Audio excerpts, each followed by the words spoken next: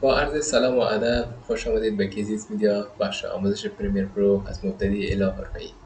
واجد زمیردین هستم، راهنمای شما در این بخش.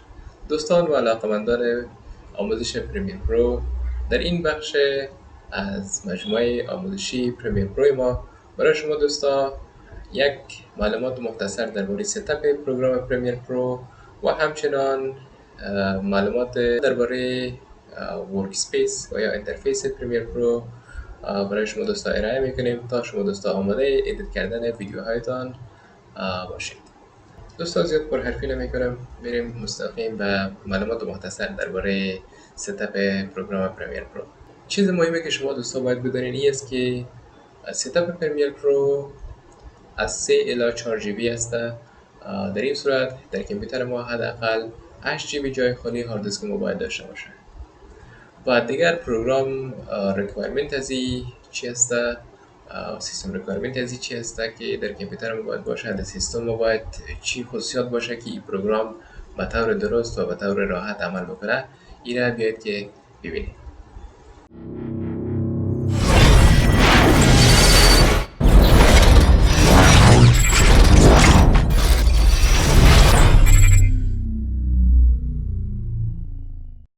دوستا این وبسایت ادوبی است، جایی که ما میتونیم پروگرام پریمیر پرو را به طور قانونی با تمام فیچرهایش دانلود بکنیم.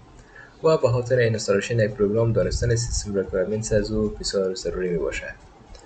دوستای قابل ذکر است که کامپیوتر ما باید سیستم ریکوایرمنتس که به یک پروگرام ضرورت است باید که داشته باشه. اگر کامپیوتر ما مطابقت با سیستم ریکوایرمنتس از اون نمی داشته باشه و یا اون سیستم ریکوایرمنتس پورا کرده نمیتونه، در اون صورت کامپیوتر ما بیش از حد حرارت پیدا میکنه، گرمیه و بعضی اوقات سبب خرابی پروسسور کامپیوتر ما میشه.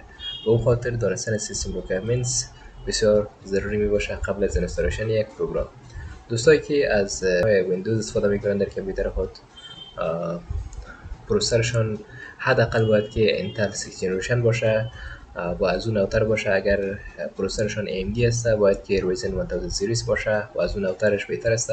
و در اینجا همچنان ریکامند شده که باید اگر پروسسور ما انتل 7 جنریشن باشه اما قدر عملکرد از این پروگرام در کامپیوتر ما بهتر می باشه و اگر از اون نوتر باشه بهتر و بهتر. و AMD و از پروسسور ما اگر AMD باشه ریزن 3000 سریز توصیه شده که اگر این باشه اما قدر عملکرد از این پروگرام در کامپیوتر ما بهتر می باشه.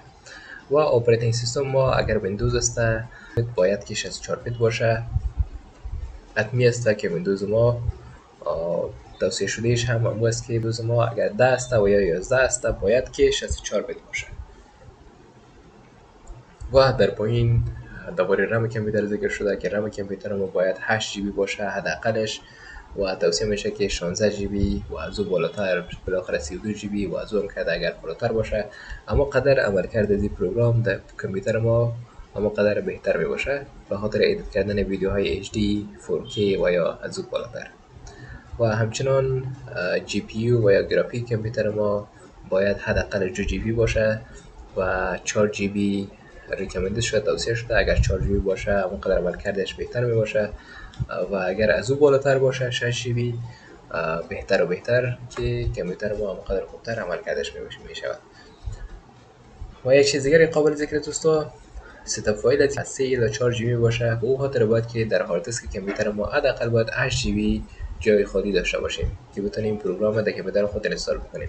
و کامپیوترهایی که از SSD استفاده میکنن از واسه هارد دیسک اما قدر این پروگرام عملکردش بهتر میشه در کامپیوترها. و هر قدر که جای اسپیس خالی داشته باشه در کامپیوتر ما اما قدر عملکرد بهتر میشه. اگر سوال و یا کدام نظری داشتین درباره از این ستاپ پروگرام میتونید شما دوستا در بخش کامنت سوالتان و یا نظرتان نشان بگیرین، انشالله رسیدگی بکنیم به سوالتان. حالا میریم خود را با پروگرام پریمیر پرو آماده میسازیم. تا قسم که بیشتر گفتیم شما دوستا آماده باشین به خاطر ویرایش کردن و یا ادیت کردن ویدیوهایتان. بالای خود آیکن پریمیر پرو کلیک میکنیم. دوستان در این صفحه قسمی که میبینید شما در اینجا ما نیو پروژکت داریم، اوپن پروژکت داریم و هوم داریم که پیرنده این صفحه را به نام هوم پیج میگه و همچنان در اینجا ریسنت فایلز داریم و در قسمت بعدی میدیو هایی داریم که انشاءالله وقتی پروگرام باز کنیم در کنید صحبت میکنیم. اما فعلا در اینجا اگر ما کدام پروژکتی کار کنیم باش که ما قبلا در استفاده کردیم، میدونیم که از recent files، از recent project ما میدونیم که از اینا هر کدامش باز بکنیم. و اگر بخوایم یک پروژکت جدید باز بکنیم در نیو پروژکت میگیم. و اوپن پروژکت هم اگر پروژکت های قبلی که ما قبلا در کامپیوتر خود داشته باشیم، اگر بخوایم اون پروژکت ها رو باز میکنیم اوپن پروژکت میگیم. نیو پروژکت اگه بخوایم پروژکت نو، البته یک چیز در نظر داشته باشید دوستا، پروژکت یعنی همون ویدیویی که شما میخواین بالا از کار بکنین، همون ویدیو رو به نام پروژکت یاد میشه در این پروگرام. اگه ما بخوایم ویدیو رو ادیت بکنیم میگیم نیو پروژکت. هنگامی که دوستان ما نیو پروژکت میگیم چون یک صفحه در پیش ما میاد، در این صفحه این قسمت ها تمامش جاهای کامپیوتر ما هست که ما میخوایم از هر کدام قسمتش ما بخوایم کدام فایل ما رو انتخاب بکنیم. اگر فایل ما در دسکتاپ ما باشه، در داکیومنت ما باشه، دیسک سی و دیسک دی در قسمت باشه، ما میتونیم دو قسمت رفته و فایل خود انتخاب بکنیم. و همچنان دوستان در این قسمت بالایی که قسمی که میبینید در اینجا پروژکت نیم نوشته. پروژکت نیم البته مربوط خودمون میشه که ما پروژکت خود چی نام میدیم. در اینجا همیشه وقتی که ما پریمیر پرو رو باز میکنیم خودش اتوماتیک انتایتل نیم میده.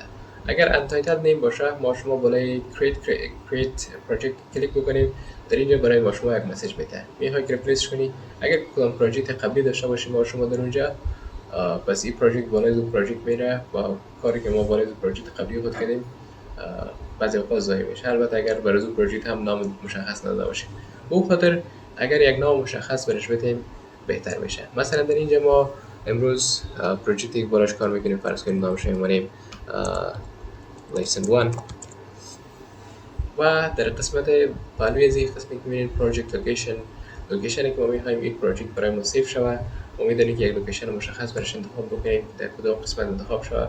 فرض کنید اینجا ما اگه بخوایم که چنج لوکیشن بکنیم چنج لوکیشن کرده میتونیم. اگر در دسکتاپ ما باشه، داکیومنت باشه و در قسمت دیگه باشه ما میتونیم که فایل خود را سیو بکنیم. و ما از قبل در اینجا یک در روی دسکتاپ کامپیوتر خود یک فایل به نام پی یا پریمیر پرو کچ یک فولدر تشکیل دادیم و میخوایم که کاری که من میکنم را فایلز و اتوماتیک اوتو سیو فایلزش و پروژکتی که بالاخره ما ویدیو رو که بالاخره بعد از تکمیل کردن ادیتش و ارائهش سیو میکنه که در خود میخوایم در دسکتاپ برای سیو شود فعلا. و در اینجا بعد از نوشتن نام و سلیکت کردن لوکیشنی که جایی که این فایل باید سیو شود، بعد از اون رفته میریم میگیم کریت. چی در اینجا کدام فایل رو انتخاب بکنیم چی نکنیم فعلا برای ما ضروری نیست. اگه بخوایم فعلا انتخاب میکنیم، اگه بخوایم بعدا هم انتخاب کرده میتونیم. اما فعلا ما فقط با پروژکت یک نام دادیم و لوکیشنش انتخاب کردیم، میریم میگیم کریت. دوستان این از داخل خود پروگرام پریمیر پرو انترفیسش و یا این به نام ورک اسپیس پریمیر پرو یاد میکنیم. در این قسمتی که میبینید چندین پنل هسته و راحتا نشین. این پنل ها وقتی که برایشان آشنا شویم بسیار آسان و بسیار راحت میتونیم که از این استفاده بکنیم، هیچ کدام مشکلی نیست. میایم با آشنایی از این پنل ها. قسمی که میبینید دوستان اولین پنلی که ما بالا صحبت میکنیم پروژکت پنل است. در این قسمت هر ویدیو، فوتو و یا آدیو و یا هر فایل دیگری که ما در این پروگرام ایمپورت بکنیم ما مستقیم او را در پروژکت پنل میریم و در پروژکت پنل میاد و قسمی که میبینید اینجا لیسن 1 نوشته است. ما قبلا وقتی که پروژکت کرییت کردیم در اونجا نام دادیم و این نام همون نیمی است که ما برش قبلا دادیم. اگر ما بخوایم که کدام میدیا و یا فایل را در این بخش ایمپورت بکنیم، ما فقط در این بالای از این قسمت دبل کلیک میکنیم، ما رو میبره به داخل فایل های کامپیوتر ما. از هر قسمتی که بخوایم که اگر کدام فایل و کدام چیزی که ما بخوایم که اپلود بکنیم میتونیم که از در دسکتاپ باشه، داکیومنت باشه، پیکچرز باشه و در قسمت دیگه که باشه ما بخوایم که فایل خود اپلود بکنیم میتونیم که از این قسمت فایل خود انتخاب بکنیم و اوپن بگیم. فایل ما میاد در قسمت پروژکت پنل. و بعد از پروژکت پنل داریم سورس پنل. سورس پنل جایی است که فایل هایی را که ما در داخل پروژکت پنل ایمپورت میکنیم در سورس پنل نمایش داده میشه. وقتی که ما بالای فایل خود دبل کلیک بکنیم در سورس پنل فایل ما میاد. در این قسمت ما میتونیم که فایل خود ببینیم که چی هست در داخل دی فایل ما و بخوایم که قسمت مشخص شه، بخوایم که اپلود بکنیم، میتونیم که قسمت مشخص اپلود کنیم بتونیم، و یا اگه بخوایم که مکمل ویدیو رو بگیریم مکمل ویدیو رو گرفته میتونیم. این مربوطه خود ما میشه. مثلا ما یک ویدیو هسته، ما نمیخوایم که مکمل کل ویدیو رو انتخاب بکنیم، یک قسمت کوتاهش میخوایم که بگیریم، پس میایم اگه یک قسمت کوتاهش بگیریم، در اینجا فقط میایم انتخاب میکنیم که میگیم از این قسمت تا این قسمت به ما ویدیو ما رو بده، و فقط اینجا انتخاب میکنیم و میایم ازش اینه به طرف تایملاین پنل کش میکنیم. وقتی ما خود ویدیو و یا فایل را در تایملاین پنل میندازیم، تایملاین پنل جایی است که ما در اینجا تمام فایل های خود در از اینجا ادیت کردنش شروع میکنیم. ادیت کردن فایل های ما شما از تایملاین پنل شروع میشه. البته این قسمت سیکونس است که نام از این ویدیو باید نام از این ویدیو انگلیش لنگویج تست بود. نام از این ویدیو این نام از این ویدیو است، اما پروژکت نیم شما همون پروژکت نیم است. وقتی ما سیو بکنیم به نام لیسن 1 این سیو میشه. این قسمت به نام پروگرام پنل یاد میشه، جایی که فایلایی که در تایملاین پنل می باشه در اون قسمت نمایش داده میشه. اگر ما فایل خود در تایملاین پنل ادیت میکنیم، در ترانزیشن اضافه میکنیم، افکت اضافه میکنیم و یا کات میکنیم و یا هر کار دیگری که ما در تایملاین پنل میکنیم، بالاخره فایل ما را در قسمت پروگرام پنل نمایش میده.